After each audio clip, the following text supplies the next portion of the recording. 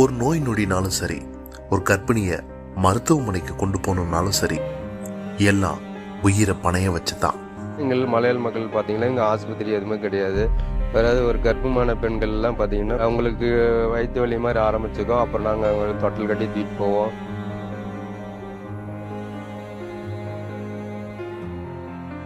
நாமக்கல் மாவட்டம் போதமலையில் அமைந்துள்ள கீழூர் ஊராட்சியில் மேலூர், கீழூர், கெடமலையில சுமார் 1727 பழங்குடியினர் குடும்பங்கள் இங்கு வாழ்ந்துட்டு வராங்க.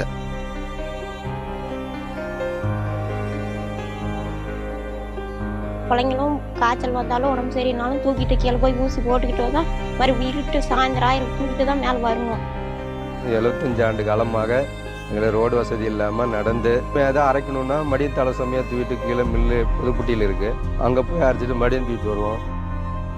சுதந்திரம் வந்து 75 வருஷம் ஆகியும் அவங்க வாழ்க்கை ரொம்பவே துயரமா இருந்துச்சு. இந்த துயரத்துக்கெல்லாம் முற்றுப்புள்ளி வச்சிருக்கிறார் நம்ம முதல்வர்.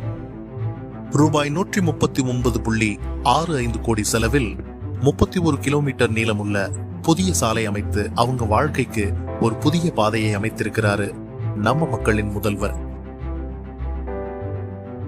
இந்த மண் பாதையை போட்டு கொடுத்ததுக்கு பிறகு எங்களுக்கு இந்த குழந்தைங்களுக்கு கீழே 2 வீலர்ல அதில் கொண்டு போய் வச்சு அனுப்புறதுக்கு இந்த சௌகரியமாக இருக்கு.